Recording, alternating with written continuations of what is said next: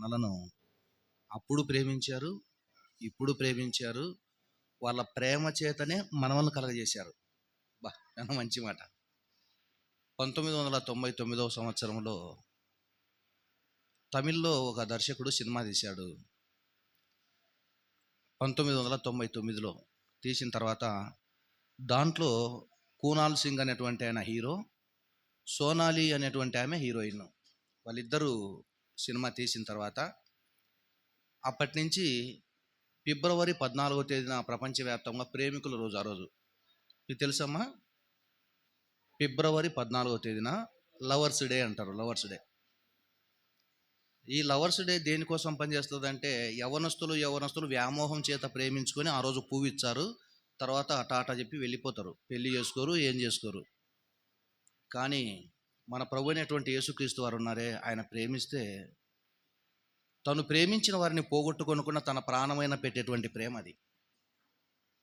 అలాంటి ప్రేమ నాకు కలిగినటువంటి ప్రేమ మీరు. నా తండ్రిని నేను ప్రేమిస్తున్నాను కనుక ఆయన ప్రాణం పెట్టమంటే భూమి మీదకి వచ్చి నేను ప్రాణం పెట్టాను. నన్ను మీరు అంగీకరిస్తే నేను ఎలాగైతే మీకోసం ప్రాణం పెట్టానో మీరు ఎవరిని ప్రేమిస్తే వాళ్ళ కోసం ప్రాణం పెట్టాలి.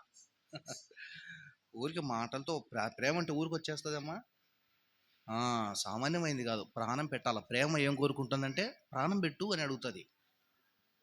భార్య మీద భర్తకు ప్రేమ ఉంటుంది, భర్త మీద భార్యకు ప్రేమ ఉంటుంది. వీళ్ళిద్దట్లో ఒకరు ముందు చనిపోతే రెండో ఆయన దిగులుతో ఉంటుంది, మొహంలో కళ లేకుండా పోతుంది, నవ్వు ఉండదు, సంతోషం ఉండదు. ఏం చెప్పుకోవాలనే మనసులోనే ఉండిపోతాయి.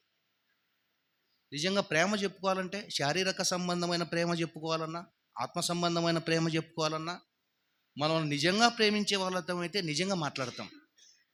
పైన ప్రేమించే వాళ్ళనైతే నిజం చెప్పుకున్న ఫలితము ఉండదు. చాలా మంచి ప్రేమ. ఆ ప్రేమను మరొకసారి తమ్ముడు జ్ఞాపకం చేశాడు. ఈ ప్రేమను గురించి ఎక్కువగా రాసినటువంటి ఆయన ఎవరంటే యోహాను గారే. యోహాను గారే ఎందుకు ఎక్కువగా ప్రేమించారంటే యేసుక్రీస్తు వారు యోహాను గారిని ప్రేమించాడు. చూద్దాం.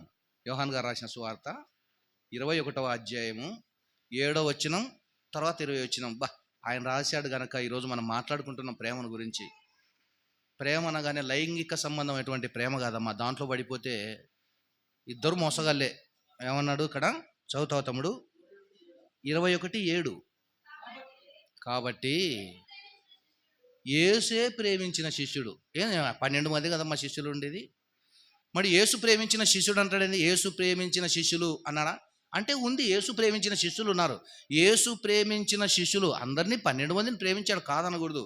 అందులో ఇంకా ఎక్కువగా ఎవరిని ప్రేమించాడంటే అక్కడ మాట్లాడతాడు. కాబట్టి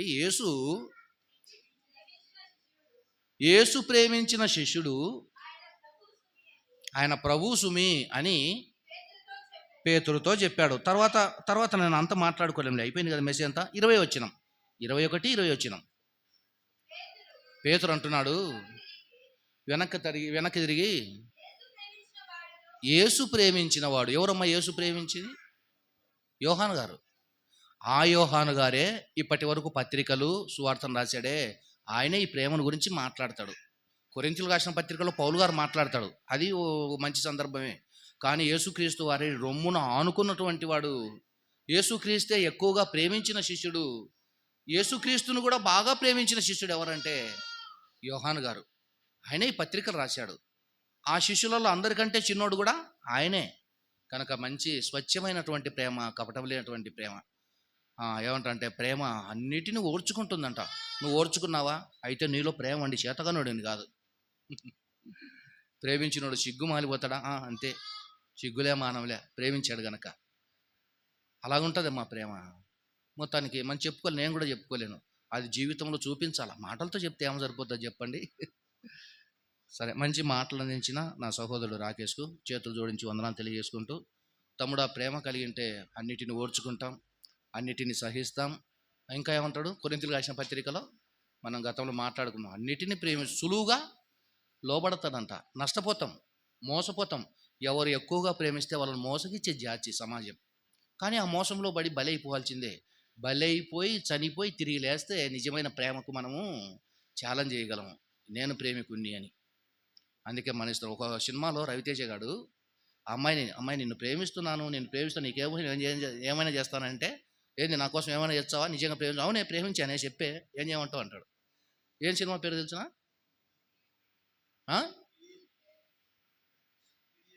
ఈడియట్ అంట సినిమా. ఈడియట్ అయితేనే మంచి ప్రేమికుడే మొత్తానికి. అతను నటన నా కోసం ఏమని చేస్తావు? చేస్తా చెప్పే ఏమిటో అంటే పైన మిద్ది మీద తీసుకొని దుంకరా అంటది. సరే వెనుక దింకోకుండా కాంపుడు పార్పేట వాళ్ళ మీదకి వెళ్ళిపోయి దుంకుతాడు. దుంకి మధ్యలోకి వచ్చిన తర్వాత ఒక అటవ పట్టుకొని, ఏమే నేను చచ్చిపోతే నువ్వేమని చేసుకుంటావే అని అడుగుతాడు. నేను కదా నిన్ను ఎక్కువగా ప్రేమించింది, నన్ను దుంకమని నేను కింద పడి వచ్చే ఇంకా నిన్ను కూడా చేసుకుంటాడే. కాబట్టి నిన్ను చేసుకోవడానికి నేను ప్రేమించాను, నీ మీద ఎంతైనా ప్రేమ పెట్టాను, చావడానికైనా సిద్ధమే, కానీ నాలా నేను ప్రేమించే వాళ్ళు లేరు కదా. యేసుక్రీస్తు వారు ఏమన్నాడు? తన స్నేహితుల కొరకు ప్రాణం పెట్టు వానికంటే ఎక్కువైన ప్రేమ గలవాడు ఎవడు?